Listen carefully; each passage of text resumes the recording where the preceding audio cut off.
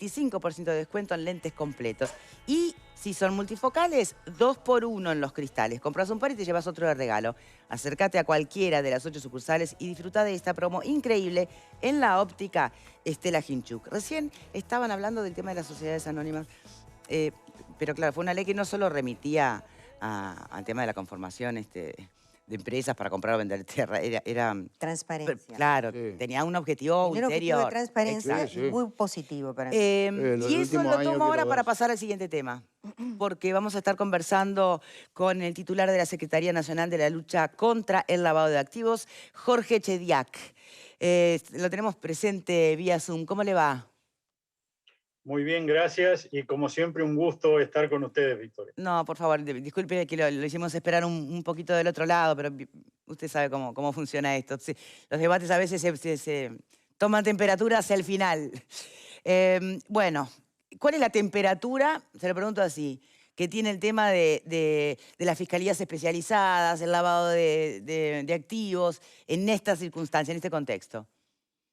Bueno, yo le diría que relativizando la situación, para el Poder Ejecutivo es importante mejorar en la parte penal la persecución del lavado de activos, porque si bien de 2019 a 2020 crecieron algo las imputaciones, pasaron de cerca de 50 a cerca de 75, estamos hablando de un universo de miles de delitos precedentes que aparentemente en el análisis que se hace del riesgo país deberían ser algo más.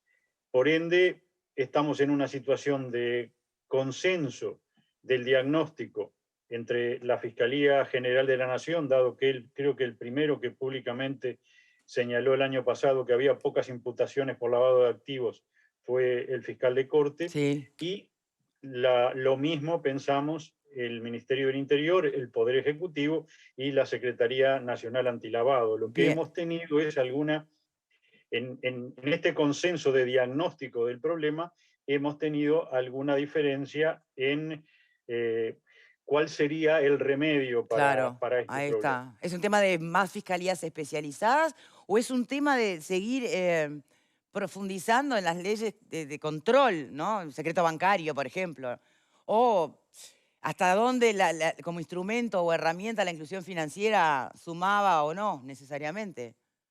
En lo inmediato, simplemente un aprovechamiento mejor de los recursos existentes. La diferencia de planteo desde la Fiscalía y el Ministerio del Interior, nosotros terminamos en alguna situación intermedia, era para el criterio del señor fiscal de corte, era mejor concentrar Sí. toda la actividad judicial relativa a el lavado de activos vinculado a determinados delitos precedentes, que son más de 30, en las fiscalías de cada departamento, es decir, que pudieran litigar, iniciar las investigaciones y litigar dentro de los departamentos, lo que de alguna manera implicaba desagregar la jurisdicción nacional de los juzgados de crimen organizado. Juzgados de crimen organizado, que alguna vez hablamos, Sí, es claro. una experiencia que fue valorada muy positivamente, Ah. no solo por la Suprema Corte de Justicia, sino que creo yo, por sus resultados por la población en general. A ver, Chediak, a Del ver si lado, entiendo. Desafectar en el sentido de que primero que se investiguen todos los delitos precedentes posibles y si realmente nos estamos acercando a una posibilidad de un delito de lavado de activos o crimen organizado, que pase. la idea es aumentar el protagonismo de las fiscalías nacionales, Perfecto. puntualmente de la Sí, Fiscalía Nacional de Estupefacientes, por ejemplo. para explicar por qué la de estupefacientes en realidad en los delitos precedentes sigue siendo la parte del león el delito con el precedente que empieza de alguna manera el fenómeno del lavado de activos, Ah. que es el narcotráfico. En, sacando ¿Qué otro? A delitos ver, que ¿qué otro pueden, precedente? bueno, sacando delitos que pueden ser precedentes como la rapiña y el hurto, pasando determinados umbrales, básicamente una cuarta parte de los cerca de 6.000 delitos precedentes relevantes para esta situación Sí.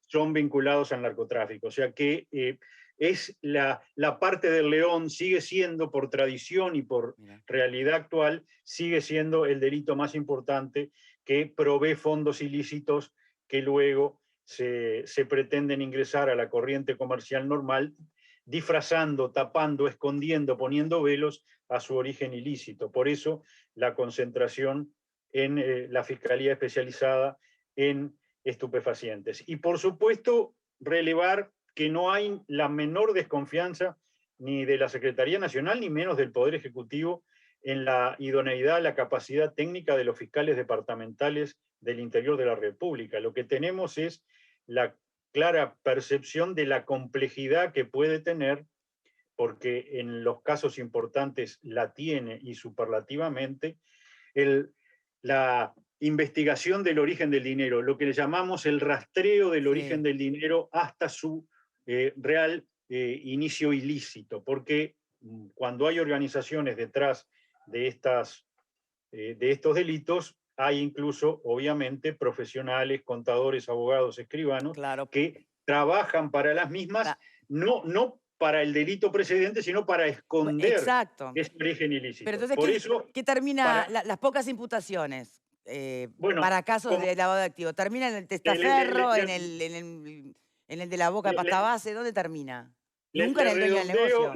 Le redondeo, como se recurre a profesionales de distintas especialidades para esconder ese origen ilícito, necesariamente un fiscal unipersonal o un fiscal con algún asistente, de la misma manera que nos pasaba a los jueces cuando teníamos la dirección de las investigaciones penales, en muchos casos no puede rastrear el origen del dinero, por lo cual se requieren equipos multidisciplinarios especializados, que fue la filosofía detrás, la lógica detrás de la creación de los juzgados de crimen organizado. Como no podíamos darle equipos especializados y todo lo que necesitaban a todos los juzgados penales del país, se concentró en un par de juzgados especializados de Montevideo. Esa es la lógica de que un fiscal especializado, con toda la apoyatura que desde Montevideo se le puede dar en los casos complicados para rastrear el origen ilícito del dinero, se le pretenda dar desde el Poder Ejecutivo protagonismo en el final. Nuestro planteo, como usted lo señaló,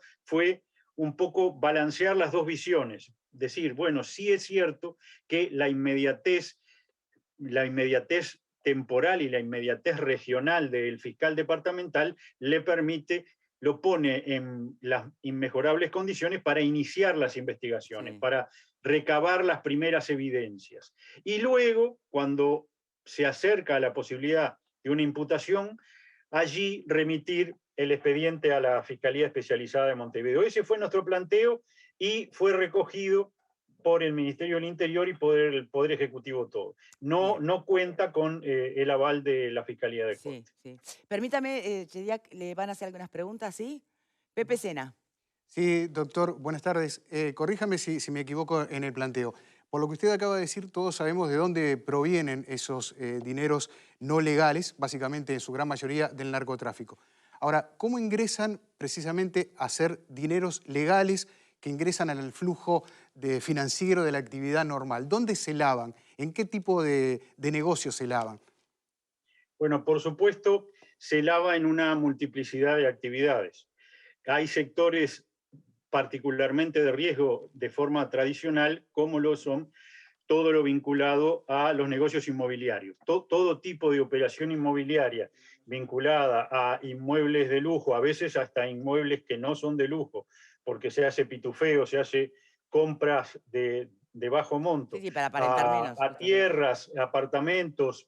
Todo eso es un ámbito, no solo aquí, que es muy proclive a ir escondiendo el origen del dinero. Por supuesto que no se hace de forma directa. Lo que se suele hacer es ir cambiando de titularidad, ir cambiando de forma y a veces de cuentas bancarias los fondos de origen ilícito para ir enmascarando su origen. La idea es que cuando se llegue a la operación final que concreta el lavado, que concreta la integración a la corriente económica normal, se haya enmascarado de tal forma el origen del dinero que quienes están obligados, en el caso de los bancos supervisados por el Banco Central, por su unidad Información y Análisis Financiero, y en el caso de nuestros 13.500 sujetos colaboradores, escribanos, contadores, abogados en algunas actividades, inmobiliarias, casinos, organizaciones sin fines de lucro, que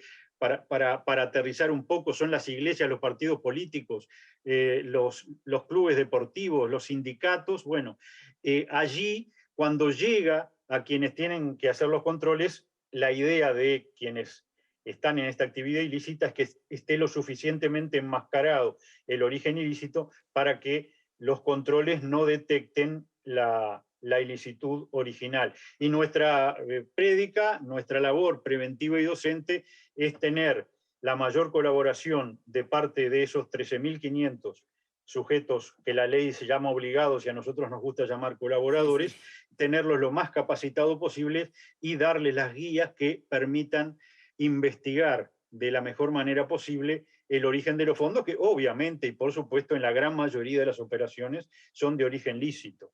En una minoría es que podemos estar ante efectivamente un lavado de activos. Pero reitero, 70 y pocas imputaciones y menos del 10% de ellas con condena no parece un número adecuado para la entidad del fenómeno del lavado de activos. Por eso, pese a que subió en el último año, se está tratando de mejorar la eficacia del sistema. Bien, le pregunta Verónica Morelli. Chediak, le consulto cuál ha sido la incidencia de las modificaciones que introdujo la ley de urgente consideración, precisamente referidas al lavado de activos, porque, por ejemplo, estoy repasando declaraciones de Daniel Espinosa, exsecretario, que ha dicho que, bueno, hay una caída de los reportes que realizan los privados, los que no están estrictamente dentro del sector financiero, y que eso remite a las modificaciones que introdujo esta ley.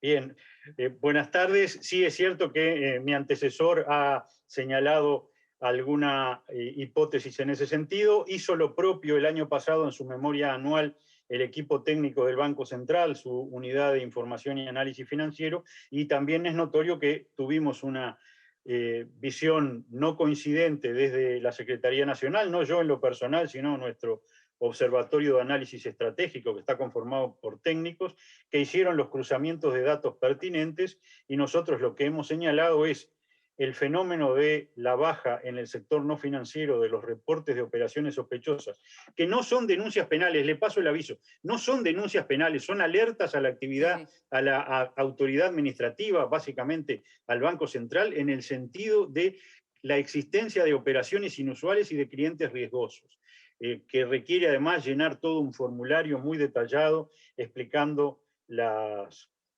características de esa operación sospechosa, y que además está rodeada, para proteger a quien denuncia, de la más absoluta reserva de los datos. Pero bueno, ese fenómeno a nosotros, que integramos como coordinadores nacionales, como representantes del Uruguay, el GAFILAT, el Grupo de Acción Financiera Latinoamericano, para la región nos fue alertado en abril del año 2020 que la pandemia, así se dijo, iba a, y bueno, y con muchos detalles, ¿no?, iba a impactar en todos nuestros países en la actividad económica, y que eso a su vez iba a impactar a la baja en los reportes de operaciones sospechosas. Entonces nosotros dijimos, fue un análisis del organismo especializado para la región, es decir, no para un país que cambiaba el gobierno y que pretendía cambiar su legislación, fue para todos, cambiaran el gobierno o no, cambiaran la legislación o no, y la realidad es que ese fenómeno, predecible y predicho por GAFILAT,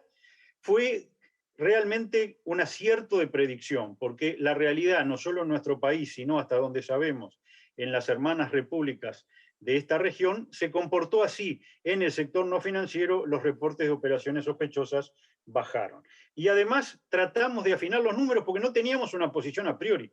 Yo básicamente lo señalé, se los dije a los señores legisladores en la Comisión de Lavado de Activos de la Cámara de Representantes, les dije, básicamente mi equipo trabajó para contestarme a mí la siguiente pregunta, que fue la que les transmití. ¿Tenemos números nosotros?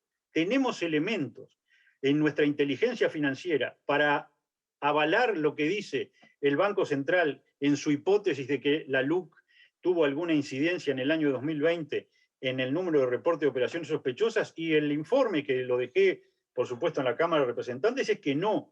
Básicamente, ustedes recuerdan, y lo han analizado 1000 veces, la ley de urgente consideración estuvo vigente los segundos 6 meses del año 2020. Entonces, si hubiera habido algún tipo de relación causal, que la hipótesis es que bajó la percepción de riesgo de los sujetos obligados o colaboradores del sistema no financiero y por eso reportan menos, bueno, si hubiera algún tipo de relación causal, debió comportarse de manera diversa el segundo semestre del año 2020 con la LUC vigente que el primer semestre con la LUC no vigente. Y no pasó. De hecho, en alguno de los subsectores hubo más reportes de operaciones sospechosas en el segundo semestre del 2020 que en el primer semestre del 2020. Y nosotros lo que abrimos fue un compás de espera. Y dice, bueno, vamos a ver cómo se va comportando la realidad en este 2021 y sobre todo cuando el fenómeno de la pandemia permita que la actividad económica, no solo nacional, sino regional, recobre los niveles normales, a ver si vuelven los reportes de operaciones sospechosas a los números anteriores, que tampoco eran muy altos. Señalemos también que tampoco es que bajaron mucho de un número alto, ¿no? En realidad bajaron de un número bajo. O sea que se sigue sin poder llegar a donde hay que llegar. En este caso, ahora el adelanto, la novedad es que los números que tenemos del año 2021 mantienen la tendencia a la baja de los reportes de operaciones sospechosas. Sí, pero una cosa es los reportes y otra es la realidad, ¿no?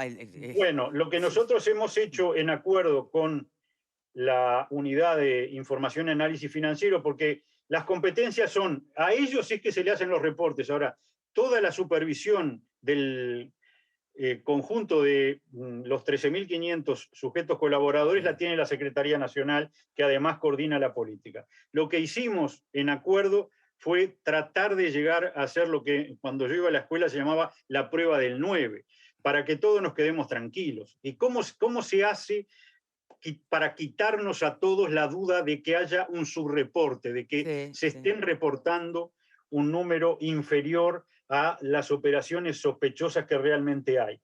Y bueno, yendo a inspeccionar, lo que ya hemos alertado al sector inmobiliario es que nuestro Observatorio de Análisis Estratégico hizo a su vez el estudio de riesgo del sector, analizó por cruzamiento de datos, sobre todo con los registros, cuáles son las operaciones sospechosas que presentan visos de sospecha, o los clientes que presentan visos de sospecha por haber sido PEP, por haber sido extranjeros, por la modalidad del pago, la complejidad de la operación. Bueno, nosotros ya tenemos un listado hecho por nuestro Observatorio de Análisis Estratégico de cuáles son las operaciones y los clientes que fueron más riesgosos en el periodo de los últimos años.